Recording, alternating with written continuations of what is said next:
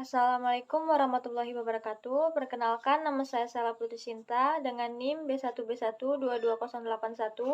Di sini saya akan menjelaskan tentang kegiatan dan pengeluaran pemerintah selalu meningkat, sebab-sebab pengeluaran pemerintah, efisiensi dalam pengeluaran negara, pedoman bagi kebijakan pemerintah, kebijakan subsidi, dan klasifikasi pengeluaran pemerintah. Yang pertama, kegiatan dan pengeluaran pemerintah selalu meningkat.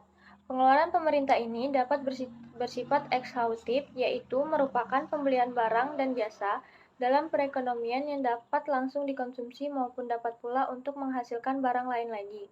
Di samping itu, pengeluaran pemerintah dapat pula bersifat transfer saja, yaitu berupa pemindahan uang kepada individu-individu untuk kepentingan sosial, kepada perusahaan ke perusahaan sebagai subsidi atau mungkin pula kepada negara-negara sebagai hadiah. Jadi, exhausted expenditure itu mengalihkan faktor-faktor produksi dan sektor swasta ke sektor pemerintah. Sedangkan transfer payment hanya menggeser tenaga beli dari unit-unit ekonomi yang satu kepada unit-unit ekonomi yang lain dan membiarkan yang terakhir ini menemukan penggunaan dan uang tersebut.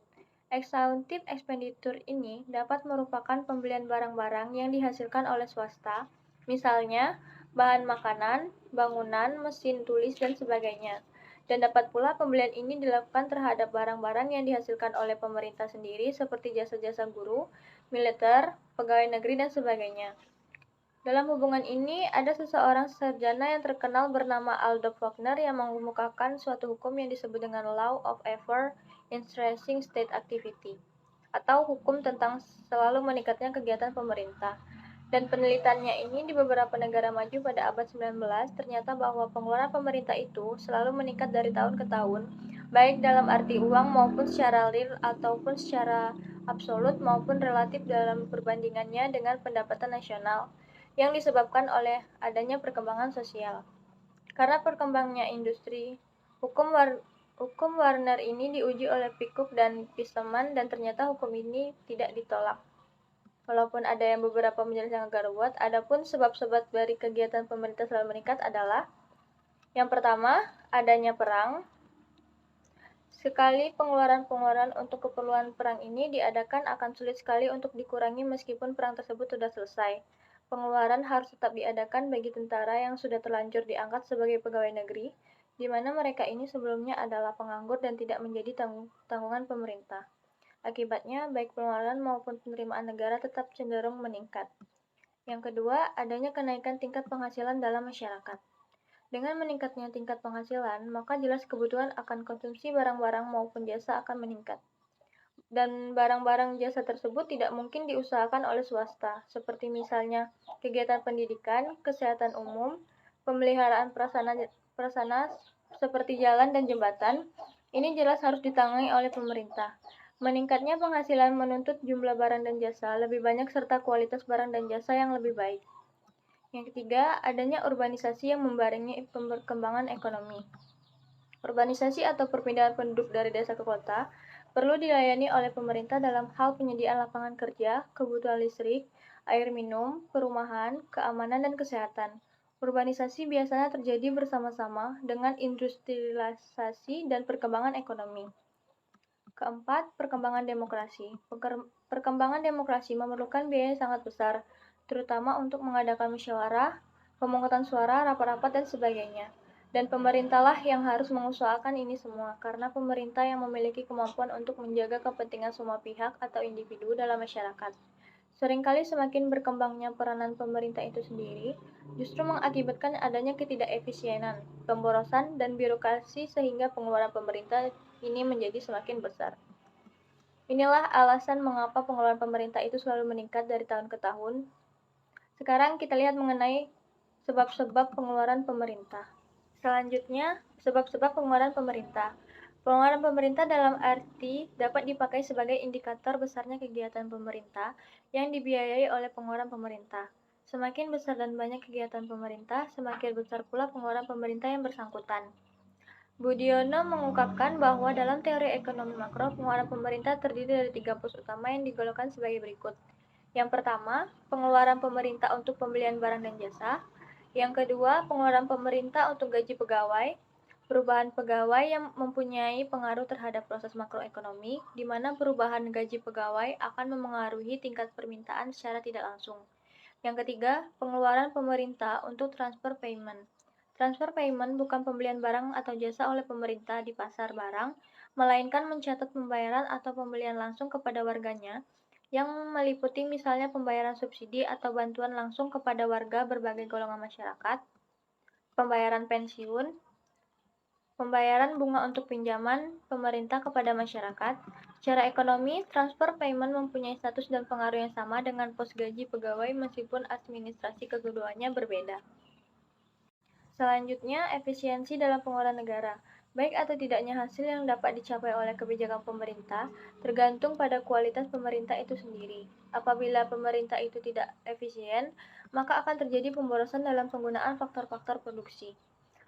Jika pemerintah itu terlalu berkuasa dan banyak menjalankan fungsi ekonomi, perekonomian suatu negara maka peranan swasta akan semakin kecil.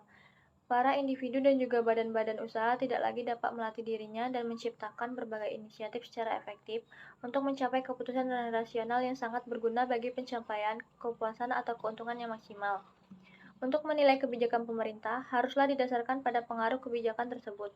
Setiap kebijakan yang dilakukan oleh pemerintah mempunyai pengaruh terhadap alokasi sumber atau kombinasi barang dan jasa yang dihasilkan oleh perekonomian. Pengaruh yang lain adalah pengaruh kebijakan pemerintah terhadap distribusi barang dan jasa yang dihasilkan oleh perekonomian atau distribusi pendapatan real. Kriteria yang pada umumnya digunakan untuk menilai kebijakan pemerintah adalah: yang pertama, keadilan. Keadilan berarti bahwa kebijakan pemerintah haruslah mempunyai akibat yang tidak berat sebelah. Kriteria ini digunakan secara luas untuk menilai kebijakan pemerintah.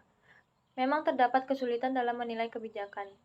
Bagaimana dengan sekolah-sekolah yang didirikan oleh pemerintah? Apakah ini adil bagi keluarga yang tidak mempunyai anak?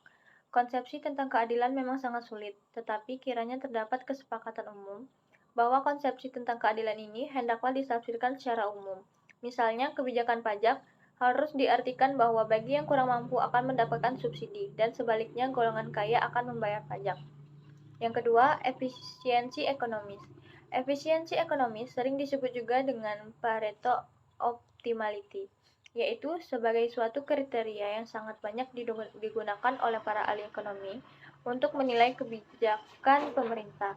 Kriteria ini tidak banyak digunakan oleh para ahli non-ekonomi karena adanya kesalahpahaman tentang konsep efisiensi yang digunakan oleh para ahli ekonomi yang berorientasi pada kebendaan, misalnya keminiman biaya, maksimum keuntungan, dan sebagainya.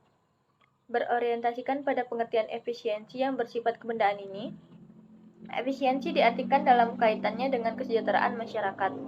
Secara kasar dapat dikatakan bahwa efisiensi ekonomi ada apabila kebijakan pemerintah itu lebih baik dan memperhatikan pengaruh ekonomi terhadap kesejahteraan masyarakat sejauh mungkin.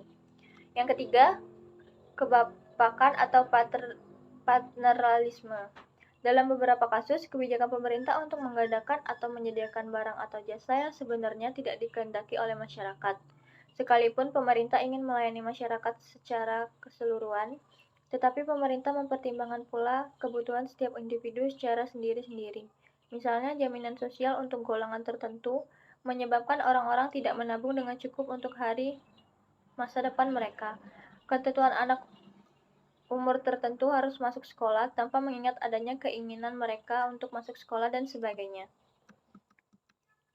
Selanjutnya, kebebasan perorangan. Pada umumnya, orang memberi nilai tinggi terhadap kebebasan perorangan. Maka dari itu, pembatasan yang ditetapkan oleh pemerintah terhadap kebebasan perorangan ini harus sekecil mungkin. Kebebasan ini sulit dijabarkan secara kuantitatif seperti halnya dengan masalah keadilan. Apabila pemerintah memungut pajak untuk membiayai pengeluarannya, maka hal ini akan mengurangi kebebasan wajib pajak untuk membelanjakan sebagian pendapatan yang dihendaki. Keempat kriteria di atas secara bersama-sama tidak dapat dipenuhi oleh kebijakan.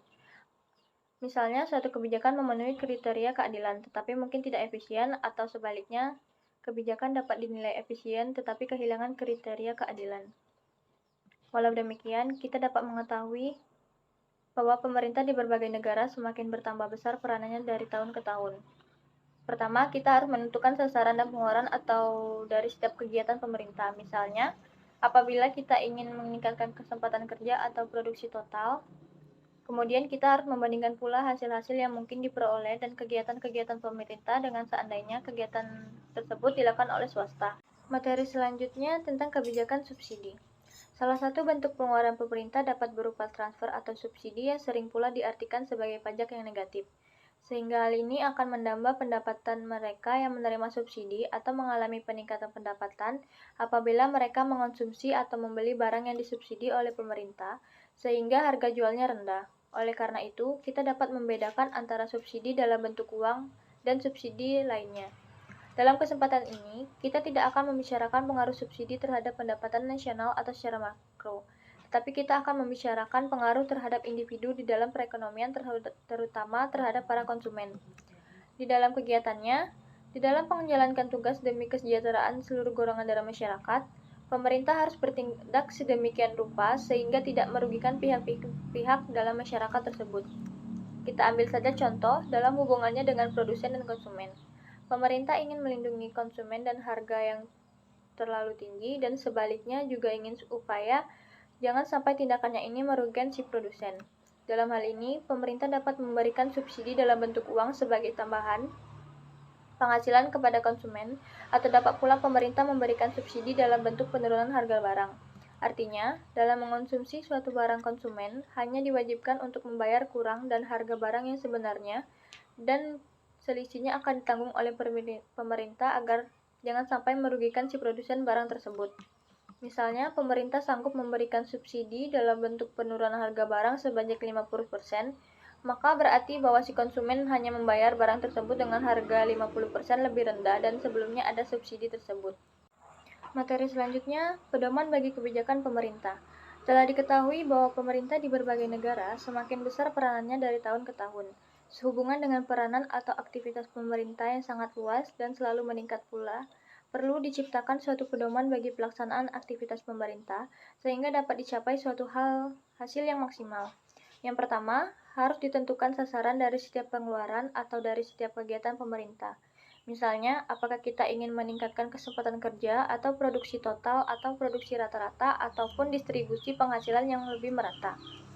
Yang kedua, harus dibandingkan hasil-hasil yang mungkin diperoleh dari kegiatan-kegiatan pemerintah dengan seandainya kegiatan-kegiatan itu dilakukan oleh swasta. Di sini harus disadari bahwa dana yang dimiliki oleh pemerintah untuk keperluan investasi sebenarnya merupakan pengurangan dari dana setor swasta yang diambil dari konsumsi masyarakat atau swasta, atau dikurangkan dari tabungan swasta, atau keduanya melalui berbagai pihak pungutan termasuk pajak dan retribusi. Selanjutnya, klasifikasi pengeluaran pemerintah.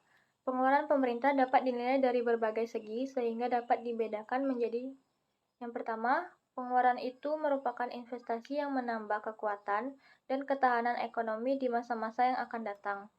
Pengeluaran itu langsung memberikan kesejahteraan dan kegembiraan bagi masyarakat, merupakan penghematan pengeluaran yang akan datang, dan menyediakan kesempatan kerja lebih banyak dan menyebarkan tenaga beli yang lebih luas.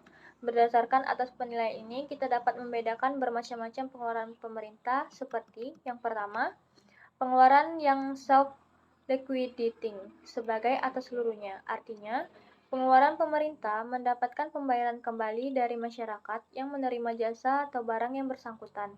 Misalnya, pengeluaran untuk jasa-jasa perusahaan negara dan untuk proyek-proyek produktif barang ekspor. Yang kedua, pengeluaran yang reproduktif, artinya mewujudkan keuntungan ekonomis bagi masyarakat yang dengan naiknya tingkatan penghasilan dan sasaran pajak yang lain akhirnya akan menaikkan penerimaan pemerintah.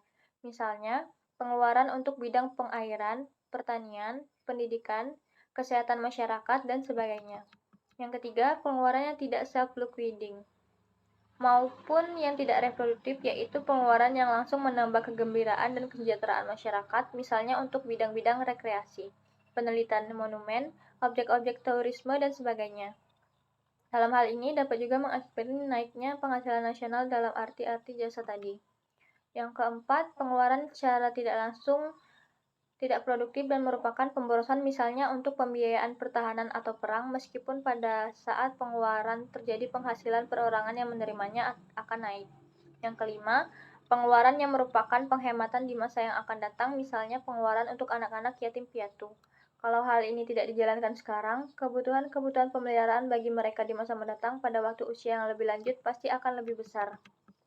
Sekian penjelasan dari saya. Apabila ada salah kata saya mohon maaf. Saya akhiri, wabillahi taufiq wal hidayah. Wassalamualaikum warahmatullahi wabarakatuh.